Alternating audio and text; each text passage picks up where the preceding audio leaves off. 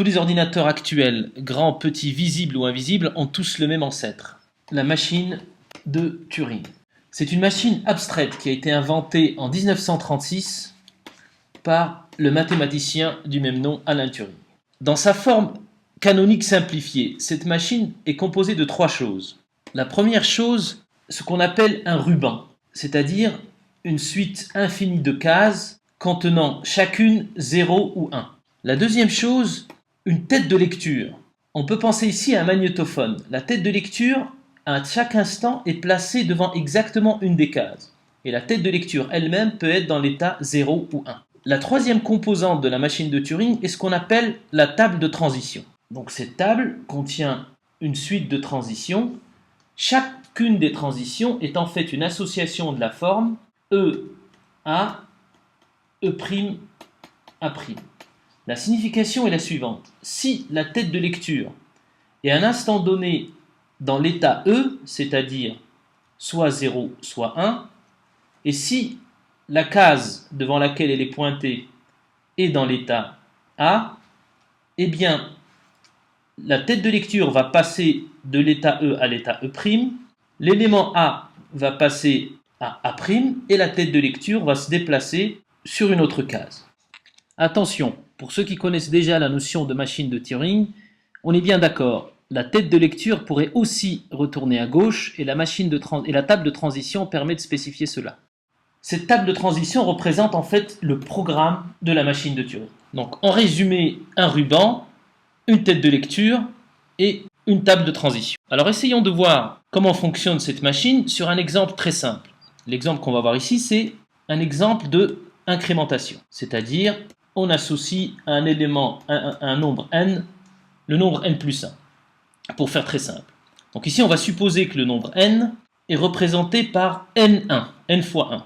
Donc par exemple, si on veut représenter le nombre 2, on va mettre dans le ruban 2 fois 1, puis le reste sera 0. Donc c'est notre manière de représenter le nombre n dans le contexte de cet exemple. Initialement, la tête de lecture pointera sur la valeur la plus à gauche, et elle sera dans l'état 0.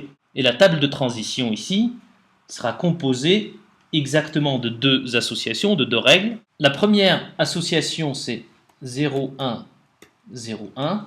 Et la seconde, c'est 0, 0, 1, 1.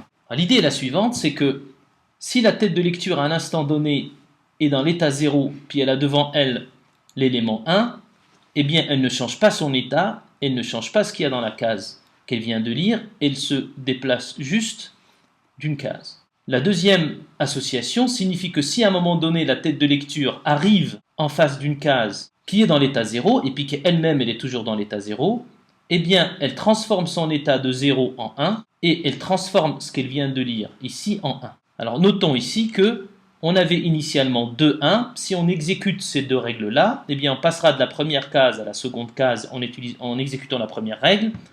On passera ensuite à la troisième case en exécutant toujours la première règle. Et quand on arrivera à la troisième case qui contient le 0, on va transformer ce 0 en 1, la machine va passer à l'état 1 et elle va s'arrêter. Donc on peut aussi représenter ça de manière graphique suivante. Si la machine est dans l'état 0 et puis qu'elle lit 0, eh bien elle va rester dans le même état et ne pas changer l'élément de la case, mais seulement avancer. Par contre, si elle trouve un 1, elle va aller dans l'état 1 et elle va se bloquer. Cet état 1 est terminal et on peut le voir qu'il est terminal parce qu'il n'y a aucune règle qui prend comme premier paramètre l'élément 1.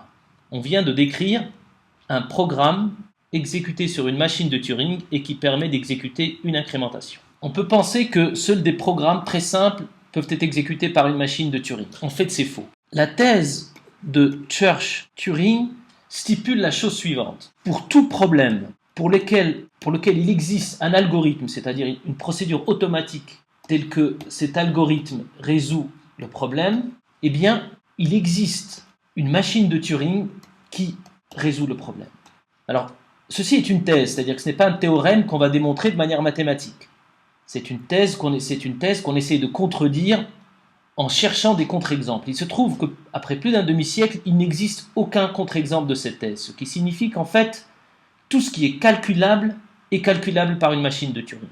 Grâce à cette thèse, la notion de calculabilité possède désormais une définition précise. Calculable signifie qu'il existe un algorithme au sens de la machine de Turing. La notion même d'algorithme, pour la première fois dans l'histoire des mathématiques, a une définition précise. Un algorithme est une table de transition au sens de la machine de Turing. Parmi les généralisations possibles de la notion de machine de Turing, il y en a une qui est particulièrement intéressante. Elle nous permet de construire ce qu'on appelle la machine U. U comme universelle. L'idée est la même que pour la machine qu'on a vue jusqu'à maintenant, c'est-à-dire qu'il y a un ruban dans lequel on va écrire les entrées du programme qu'on va exécuter, et puis il y aura une table de transition qui va exécuter ce programme. Alors tout à l'heure, quand on a regardé l'exemple de l'incrémentation d'un nombre n, on a passé en paramètre à la machine de Turing d'incrémentation l'élément n. La machine de Turing d'incrémentation était caractérisée par une table de transition contenant deux règles. Ce qu'il faut noter ici, c'est que cette table de transition de l'incrémentation peut être représentée sous forme de 0 et de 1.